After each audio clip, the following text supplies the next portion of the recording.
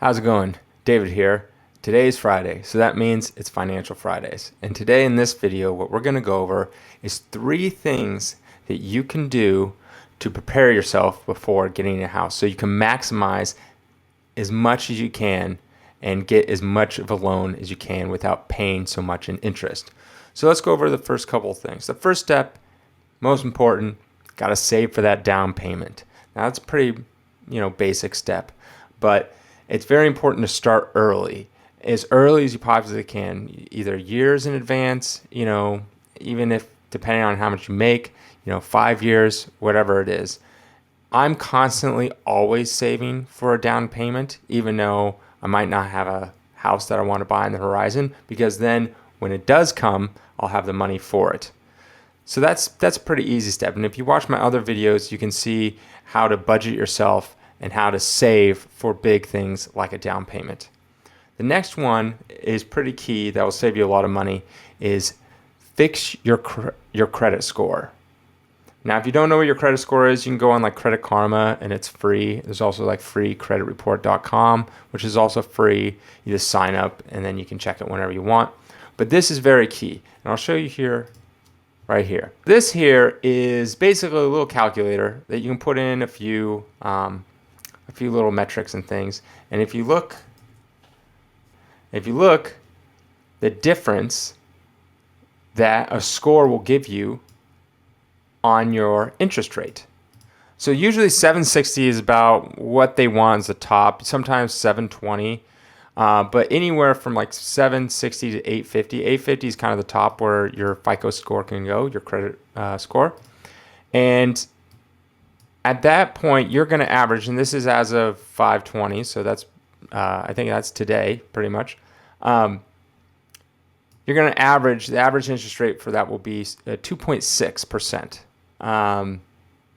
In the 700s to 760, see how it's a little bit higher? And this is based off a $500,000 loan. And as you can see, it goes down and down and down. And all this means is if you have a low FICO score, low credit score, you're going to be higher risk.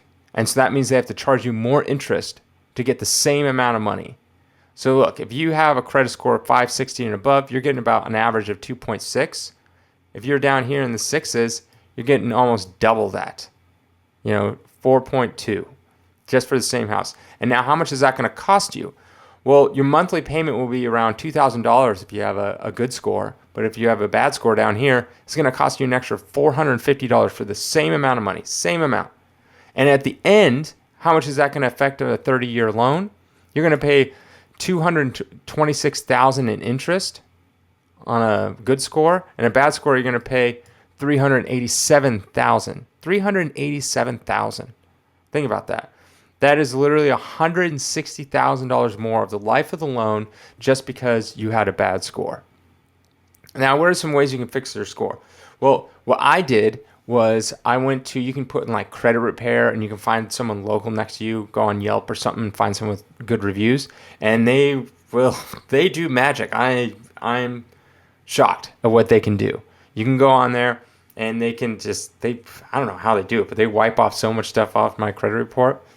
So your credit score is based off of different metrics. One of them is making sure you pay on time. So if you have a credit card or a previous mortgage or a car payment or something like that, pay on time. That's very key. Also, make sure you don't have anything in collections. Don't run your credit too much. Also, credit history is important. So how long you've had each credit card. And another really good important one is how much credit you have available. So if you have a couple different credit cards and it equals $10,000, well, how much of that is paid off? Right? You want it all paid off, 100%. So if you have between a couple different cards, you have $10,000 worth of a limit, you don't want to have a balance of like $2,000 or $3,000 on there. You want it completely paid off. That actually helps. The higher balance you have actually hurts your score. So if you're at like 50% of your 10,000, so like 5,000, that's going to hurt your score. So you want to be anywhere from, to get like the best rating, you want to be, I think it's like under 20%. But there's another reason why you should have nothing on your credit, and I'll get to that right now, and that is you want to get rid of all your debt. No debt whatsoever. Debt really affects how much you can afford. So pay off your credit cards. If you have a car loan or something like that, or some kind of loan, either pay it off. What we're doing is my girlfriend is actually going to sell her car because she has a car loan. She's going to buy a car, and instead of, because you need as much money in the bank to show how much money you have, she's actually going to take a loan from my business for a few months until we get the house. Then at that point, she's going to go to a bank and get a loan against her car that she has. The reason why she's selling her car is because the car she has now is kind of expensive, so she doesn't really need that expensive of a car. And I think her payment's like 300 and something in a month. So you'll see right here how that really affects. So let's just put in the basic details here. All right, 30-year, all that kind of stuff. I did 110,000. The average income, I believe, is 55,000 per person. So let's say this is a combined couple. All right, let's say you have $0 in debt. All right, and then this is based off a 20% down, which is not important. But this is how much you can qualify for. 803,000, right? Let's say you each have a car payment of $250. So that's $500. Look how much that goes down just for that. This is still the same down payment and everything like that, 20% down, same interest rate, all that kind of stuff. Now you can only qualify for $678,000. As before, if it was zero, same income, 803. You can qualify for $120,000 more worth of stuff because your debt brings you down. And now what is debt? Debt isn't like, oh, my cell phone bill, my utilities and stuff like that. It's only anything that shows up on your credit report. So that's usually a mortgage. It's usually a car loan or different loans like that you get through the bank. That's the stuff that shows up. So your rent is not going to show up on your credit report. Cell phones, utilities, that kind of stuff doesn't really show up on your credit report. I know there are some utilities that do, but usually they don't. Credit cards are going to show up as your debt. So that's another reason why you want to pay off your credit cards completely. Because if you have, say, a couple grand in credit card debt and their monthly payment is like your minimum payment that they always say it's like $50, right? So that drops you down of what you can actually afford. So you want to get rid of all that stuff. And also having that debt on there also is not going to help your credit score, which makes your interest rate go higher. So let's pretend you have no debt, 110,000, you can afford 800,000. Your monthly loan with all the taxes and all that kind of stuff is going to be roughly about 300 or 3,300. Well, let's say you got a bad score. That was a 2.9. Let's say you get 4.2. Look, for the same monthly for 3,300, you can only afford 700,000. For the same price, right? Watch 2.9.